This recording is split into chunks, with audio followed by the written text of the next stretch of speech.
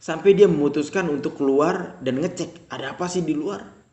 Dan tahu nggak teman-teman apa yang ada di luar? Assalamualaikum warahmatullahi wabarakatuh. Welcome back to my channel.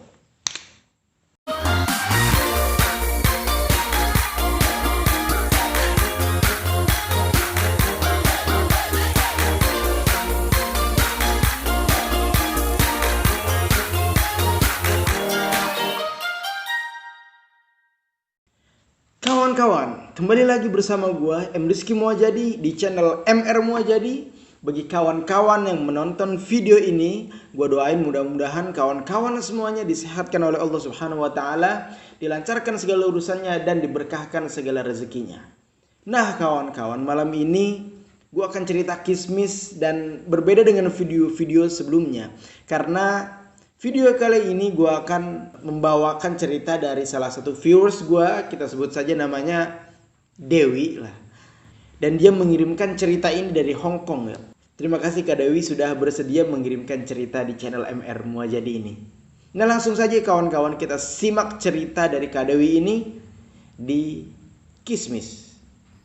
Kisah mistis. Jadi cerita ini dialami oleh Dewi, salah satu seorang TKI di Hong Kong. Saat itu Dewi diajak oleh bosnya untuk refreshing lah ya, ke salah satu daerah di sana yaitu bernama Sai Kung.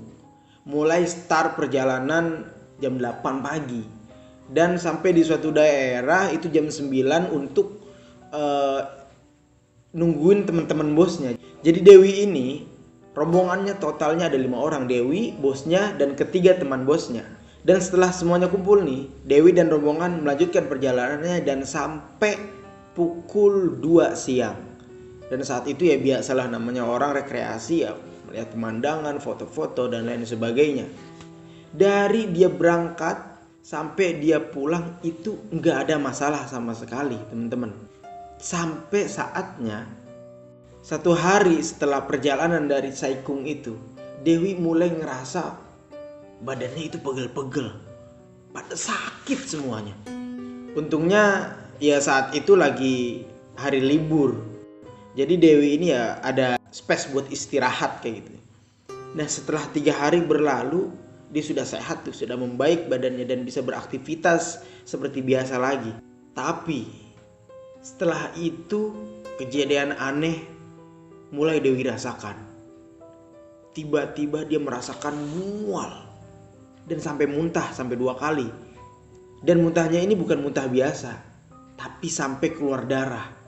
Dan di situ dia seperti mendengar ada yang manggil-manggil nama dia. Dewi.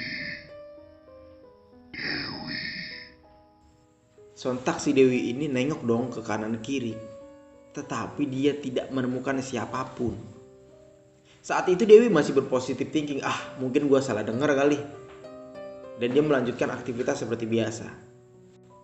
Keesokan paginya Dewi sholat subuh. Dan setelah sholat subuh, Dewi itu tidur lagi. Baru aja dia pengen merem, tiba-tiba brak! Pintu kamarnya itu kayak ada yang nabrak kencang banget. Sontak Dewi bilang, "Hei, siapa itu?" Tapi nggak ada yang jawab. Sampai dia memutuskan untuk keluar dan ngecek ada apa sih di luar. Dan tahu nggak teman-teman apa yang ada di luar? Tidak ada apa-apa. Dewi menemukan kosong, nggak ada orang satupun. Sampai kejadian berikutnya di suatu subuh lagi, di hari berikutnya, Dewi lagi-lagi pengen sholat subuh dan baru bangun teman-teman. Tiba-tiba dia ngedengar suara kayak orang batuk. Tapi dia sadar kan ya di kamar itu nggak ada siapa-siapa selain dia. Tapi dia hirauin lah. Dia langsung ambil air wudhu, sholat subuh, memutuskan untuk tidur lagi teman-teman. Tapi teman-teman, saat itu dadanya ada yang neken. Dan ketika dia bangun itu ada tangan yang neken dadanya teman-teman. Nyesek banget. Dan di situ dia mulai baca-bacaan. Sampai tangan itu dia lihat hilang. Dan rasa nyeseknya itu hilang juga. Dan dia memutuskan untuk cerita kejadian-kejadian itu oleh keluarganya yang ada di Indonesia ya, daerah Madiun. Lalu apa kata keluarganya? Udah, kamu sering baca-bacaan aja, sering doa, jangan tinggalkan sholat dan sebagainya ya, nasihat-nasihat lah dari orang tua. Dan kejadian yang paling mengerikan, ketika suatu malam Dewi ini pengen tidur, tapi dia ya memutuskan untuk lihat-lihat YouTube dulu lah gitu. Nah, detik demi detik berlalu sampai dia sudah mau merem ya. Tapi kayak gimana sih teman-teman, tahu nggak kalau misalnya kita pengen tidur gitu udah mulai pules, tapi kita masih dengar suara gitu, tapi dan mata ini belum seutuhnya terpejam. Lalu teman-teman, dia melihat di atasnya itu ada sosok putih.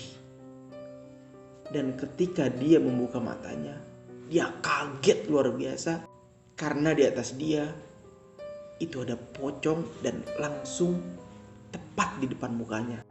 Dan sosok pocong itu melotot, mukanya itu terkelupas dan ngeri banget. Sampai Dewi ini membalikkan badannya ke kanan. Dan ketika dia itu membalikkan badan ke kanan, di depannya ada kaca tuh. Dan dia ngelihat kepalanya itu seperti ada asap ngebul di kepalanya gitu. Kayak rambutnya kayak ada yang narik gitu. Dan itu katanya sakit banget. Seperti ubun-ubunnya pengen dicabut dan nyawanya pengen dicabut. Saat itu Dewi pengen teriak, nggak bisa ya. Karena saking paniknya dia memutuskan untuk baca-bacaan lah, doa-doa yang dia bisa dia baca, di ayat kursi dia baca. Itu kejadian itu lama teman-teman. Lalu sontak Dewi itu bilang, enggak, aku nggak mau ikut kalian, aku nggak mau ikut kalian, aku mau di sini, aku nggak mau ikut kalian. Dewi itu bilang kayak gitu sambil dia mengucapkan zikir dan doa-doa. Lama kejadian itu dan Dewi berusaha mempertahankan kesadaran dirinya. Dan untungnya teman-teman, sosok itu perlahan mulai hilang. Kepalanya yang tadi sakit, rambutnya yang seperti ditarik, itu sudah tidak dirasakan lagi. Normal kembali biasa. Dan dia lagi-lagi memutuskan untuk cerita ke keluarganya. Dan katanya Dewi ini kayak ada yang guna-guna. Mulai saat itu Dewi memutuskan untuk ruqyah secara mandiri, juga dibimbing oleh ustadz yang dari Indonesia. Dan ketika dia memutuskan untuk ruqyah mandiri juga dibimbing oleh ustadz yang ada di Indonesia, efeknya dia sering nangis tiba-tiba, emosi tidak terkontrol, bahkan dia pernah muntah darah dan muntahnya itu ada rambutnya teman-teman. Tapi selang beberapa waktu ketika dia sedang sholat, dia flashback ke dosa di masa lalu itu. Entah dia pernah ngelakuin apa, tetapi dia di situ menangis sejadi-jadinya. Dan setelah selesai dia sholat, perasaannya itu kembali lega. Dan alhamdulillahnya setelah kejadian itu, setelah dibimbing oleh ustadz, dia menyadari akan dosa-dosanya. Dia bisa bekerja dan melanjutkan hidup seperti sedia kala. Nah, jadi itu cerita dari Kak Dewi kawan-kawan. Mohon maaf kalau misalnya gua nyampeinnya ya kurang gimana gitu ya, karena gua juga masih proses belajar gitu ya dalam menyampaikan segala sesuatu. Terima kasih kawan-kawan sudah menonton video ini. Jangan lupa like, comment, and subscribe, dan tinggalkan jejak positif di kolom komentar. Silahkan beri saran, silahkan beri masukan. Gua akan terima saran kalian dan masukan kalian dengan lapang dada. Thank you for watching. Jangan lupa like, comment, and subscribe. See you next video. Assalamualaikum warahmatullahi wabarakatuh.